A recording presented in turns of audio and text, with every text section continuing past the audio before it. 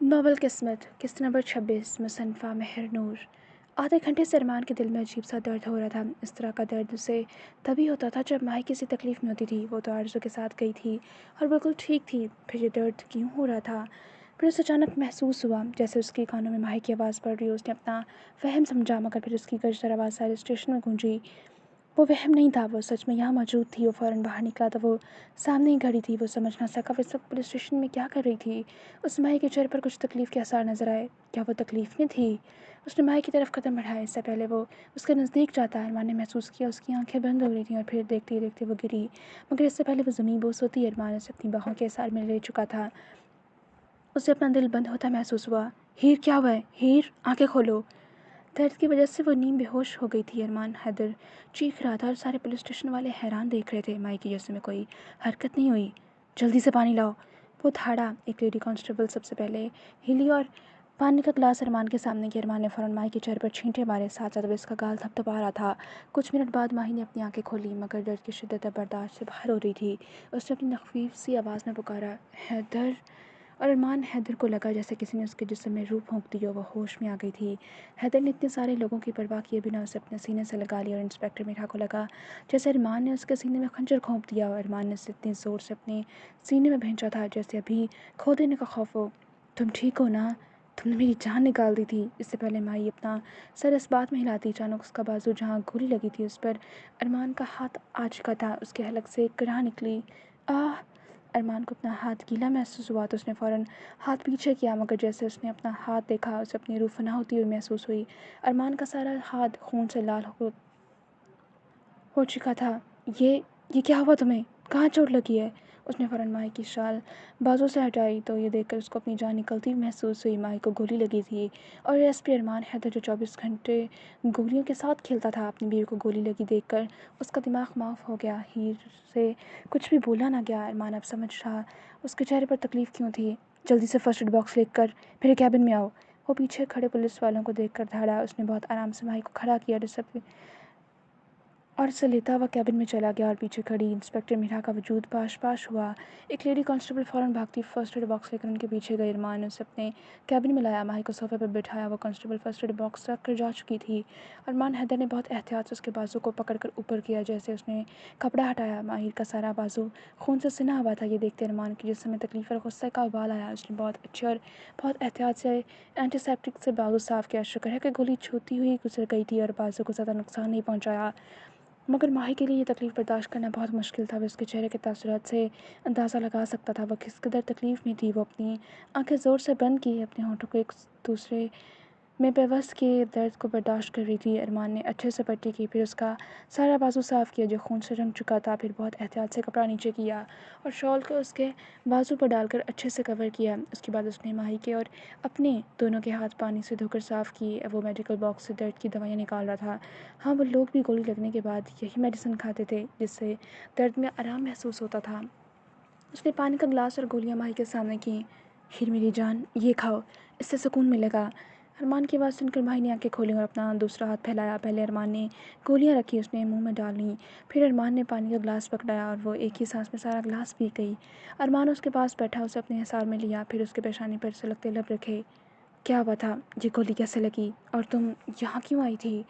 ارمان کی بات سن کر ماہی نے اسے الف سے لے کر یہ تک ساری کہانی سنائی تھی۔ ارمان کی آنکھوں میں خون اتر چکا تھا۔ تم فکر مت کرو، ان میں سے کوئی زندہ نہیں بچ رہے گا اور بچوں کو کوئی نقصان نہیں پہنچا سکے گا، میں ہوں نا؟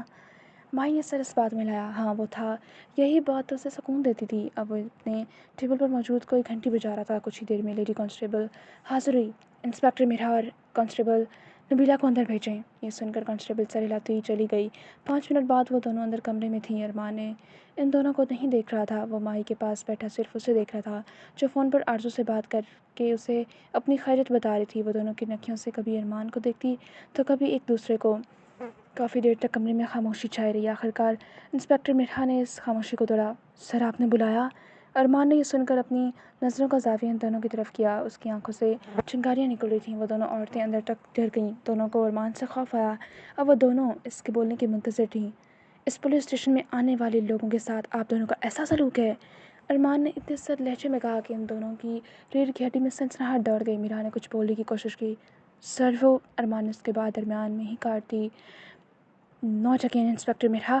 اور مرحا کا لگا اس کے سارے الفاظ ہی ختم ہو گئے۔ اب ارمان اپنی سرخ آنکھیں لیے کانسٹیبل نبیلہ کو گھورا تھا۔ سر میں نے کچھ نہیں کیا، یہ بدتمیزی کرنے کی کوشش کر رہی تھی۔ Shut up, just shut up. Armaan اتنی اونچی آواز میں دھاڑا کہ ماہی نے اذیت سے اپنی آنکھیں میچیں۔ Don't be act like a foolish. Armaan کے لہجے میں صاف وارننگ تھی۔ ذرا بتانا پسند کریں کہ انہوں نے کیا بدتمیزی کی آپ کے ساتھ؟ نبیلہ نے بہت سا تھوک نکلا۔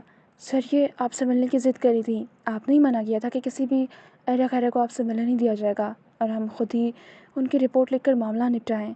ارمان نے اس کی ساری بات تحمل سے سنی کہ ہر ایرا خیرا آ کر میرا پورا نام لے کر یہ بولتا ہے کہ انہیں اے ایس پی ارمان حیدر سے ملنا ہے۔ ارمان حیدر کے لہجے میں کاٹ تھی۔ اب کہ مرحا اور نبیلہ دونوں چونک گئیں۔ کوئی بھی اے ایس پی کا اصل نام نہیں جانتا تھا۔ سارا شہر اسے ایگل کے نام سے پہچانتا تھا۔ اس کا اصل نام صرف اس کی ٹیم کے خاص ممبرز ہی جانتے تھے۔ نبیلہ کا سر نفی میں ہلا۔ تو پھر اس کا صاف مطلب تھا کہ میرا پورا نام لینے والے کوئی ایری گری نہیں تھی۔ تم لوگوں کو یہ ایری گری نظر آ رہی ہے؟ ارمان کی چیخ اتنی اونچی آواز میں تھی کہ کیبن کے باہر سارے پولیس والوں نے سنی۔ ان دونوں کو سر بے اختیار نفی میں ہلا۔ تم دونوں کے سامنے بیٹھی لڑکی میری بیوی ہے۔ شی از مائی وائف مسز ماہر ارمان حیدر۔ یہ سننا تھا کہ میرا کو سارے پولیس اسٹیشن کی چھت اپنے سر پر گرتی محسوس ہوئی۔ وہ ساکت ہو گئی۔ اس کے آس پاس ہر قسم کی آواز آنا بند ہو گئی۔ وہ یکٹک سامنے بیٹھی اس لڑکی کو دیکھ رہی تھی جو ارمان کی بیوی تھی۔ وہ بہت خوبصورت تھی اور شاید بہت خوش نصیب بھی۔ ارمان صوفے سے اٹھا اور کیبن میں چکر کاٹنے لگا۔ کچھ دیر بعد اس کی آواز نے کمرے کی خاموشی کو توڑا۔ سے سوری ٹو ہر۔ میرا نے اس کی طرف خالی خالی نگاہوں سے دیکھا۔ میری بیوی 20 منٹ تک تم لوگوں سے بحث کرتی رہی۔ وہ تکلیف میں تھی مگر تم لوگوں کو اپنی بکواس کرنی تھی، اس لیے ابھی کے ابھی معافی مانگو۔ وہ اتنے غصے میں تھا کہ سارے لحاظ بھول کر آفس سے باہر آ گیا۔ کانسٹیبل نبیلہ نے فوراً معذرت کی۔ کانسٹیبل نبیلہ نے فوراً آگے بڑھ کر بہت اچھے سے معذرت کی۔ آئی ایم سوری میڈم، آئندہ ایسی غلطی نہیں ہوگی۔ ماہی نے مروتاً سر تک نہ ہلایا، بس وہ سرد آنکھوں سے ان دونوں کو دیکھ رہی تھی جنہوں نے اس سے اتنی بدتمیزی کی۔ میرا کو اپنا دل چھلنی چھلنی ہوتا محسوس ہو رہا تھا۔ کافی دیر بعد اس نے اپنے جسم کو حرکت دی۔ آئی ایم سوری، میری غلطی ہے، میں نے آپ سے بدتمیزی کی۔ وہ معافی مانگتی ہوئی پلٹی اور کیبن سے باہر نکلتی چلی گئی۔ اسے لگ رہا تھا جیسے وہ اپنا دل کیبن سے ہی نکال کر پھینک آئی ہو۔ ان کے جانے کے بعد ارمان ماہی کی طرف آیا۔ خیر میری جان، زیادہ تکلیف تو نہیں ہو رہی؟ اگر زیادہ درد ہو رہی ہے تو ہاسپٹل چلتے ہیں۔ ماہی نے نفی میں سر ہلایا۔ اوکے پھر تم یہاں بیٹھو، ریسٹ کرو، میں پولیس اسٹیشن میں ہی ہوں، کچھ دیر تک میں آتا ہوں، پھر گھر چلتے ہیں۔ ماہی نے اس بات میں سر ہلایا اور آنکھیں بند کیے صوفے کی پشت سے ٹیک لگا کر بیٹھ گئی۔ ارمان کیبن سے باہر نکلا۔ سب لوگ کانفرنس روم میں آئیں۔ وہ سب کو حکم دیتا ہوا کانفرنس روم میں چلا گیا۔ 5 منٹ بعد سارے انسپکٹر اور کچھ کانسٹیبل کانفرنس روم میں موجود تھے۔ وہ ان کے ساتھ کل اسکول میں ہونے والے حملے کو ڈسکس کر رہا تھا، کس طرح وہ سب اس حملے کو روک سکتے ہیں۔ سر کیا پتہ یہ خبر جھوٹی ہو، ہمیں خبر دینے والے کی فل ہسٹری چیک کرنی چاہیے۔ یہ ایک لیڈی کانسٹیبل کی آواز تھی۔ ارمان پہلے غصے میں تھا۔ اس نے فائل زور سے ٹیبل پر دے ماری کی۔ یہ سب گھبرا گئے۔ آج وہ اپنے جلالی موڈ میں تھا اور اس موڈ سے سارا پولیس اسٹیشن کانپتا تھا۔ کیا میری ہسٹری چیک کرنے کی ضرورت ہے آپ کو؟ ارمان سر لہجے میں بولا۔ کانسٹیبل نے فوراً نفی میں سر ہلایا۔ نہیں سر، میں تو خبر دینے والے کی بات۔ ارمان نے اس کی بات درمیان میں ہی کاٹ دی۔ میری بیوی نے خبر دی ہے، وہ میری ذات سے منسوب ہے، تو پہلے آپ لوگ میری ہسٹری چیک کر لیں، پھر کیس دیکھ لیتے ہیں۔ میری بیوی نے ان لوگوں کو ساری باتیں کرتے سنا ہے۔ صرف اتنا ہی نہیں، انہوں نے میری بیوی پر حملہ بھی کیا ہے۔ وہ گولی کھا کر یہاں تک آئی مجھے خبر دینے، اس نے اپنی جان خطرے میں ڈالی۔ وہ تو قسمت اچھی تھی کہ وہ بالکل ٹھیک ہے، اگر اسے کچھ ہو جاتا تو پھر سب ارمان حیدر کے قہر دیکھتے۔ اب کہ ارمان اونچے لہجے میں گر جا۔ آخری بات اس نے انسپکٹر میرا اور کانسٹیبل نبیلہ کو دیکھ کر کہی۔ ہر شخص کو سانپ سونگ گیا۔ سوری سر، میرا وہ مطلب نہیں تھا۔ ارمان نے اپنے غصے کو قابو کیا اور دوبارہ کیس کی طرف متوجہ ہوا۔ انسپکٹر میرا کا دھیان کیس پہ کہاں تھا؟ وہ تو یہاں تھی نہیں۔ وہ ساری حکمت عملی ان سب کو سمجھا چکا تھا۔ انسپکٹر صاحب، آپ اس کیس کو لیڈ کریں گے اور آپ کے ساتھ سب انسپکٹر مریم اور کانسٹیبل سدرا اور علی ہوں گے۔ اور ایک بات، جس شخص نے گولی چلائی تھی وہ مجھے زندہ سلامت چاہیے، اس کے ہاتھ میں خود توڑوں گا۔ اس شخص نے ایس پی ارمان حیدر کی بیوی کو تکلیف دی ہے، اسے میں ایسی اذیت دوں گا کہ وہ کبھی بھولے گا نہیں۔ سارا پلان سب کو سمجھ آ گیا؟ Is that clear? سب نے یک آواز میں کہا یس سر۔ اس نے میرا کا کوئی کام نہیں دیا۔ میرا کے اندر چھن سے کچھ ٹوٹا۔ اور سر، میرے لیے کوئی آرڈر؟ میرا کو اپنی آواز کسی خواہش سے آتی ہوئی محسوس ہوئی۔ ارمان نے ایک نظر ان دونوں کو دیکھا۔ بالکل انسپکٹر میرا، آپ کے لیے تو سب سے اہم کام ہے۔ آپ پولیس اسٹیشن کے اندر بیٹھ کر یہاں آنے والے لوگوں سے بات کرنے کے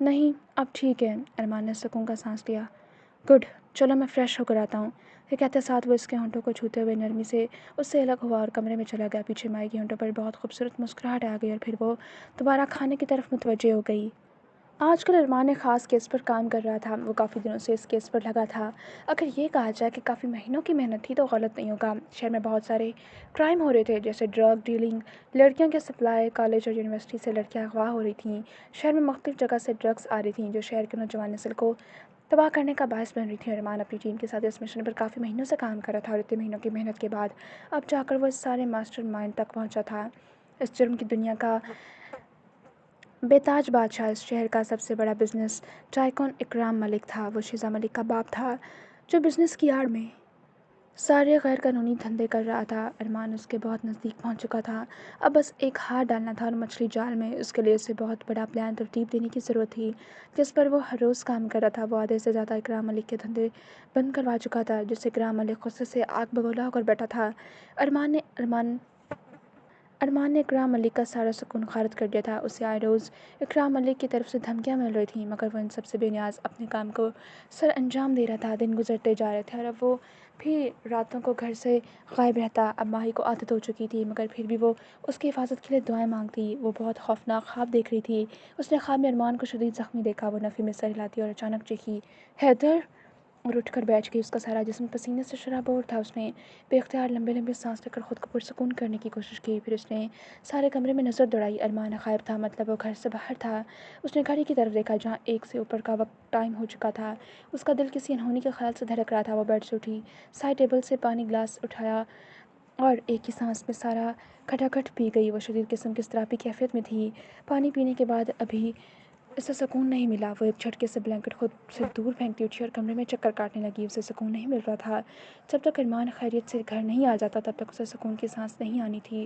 اس نے اپنا موبائل اٹھایا اور بے اختیار ارمان کا نمبر ڈائل کیا۔ ارمان کا موبائل بند تھا، وہ جھنجھلا گئی۔ وہ بار بار ارمان کا نمبر ڈائل کر رہی تھی اور ہر بار نمبر بند جا رہا تھا۔ جاری ہے۔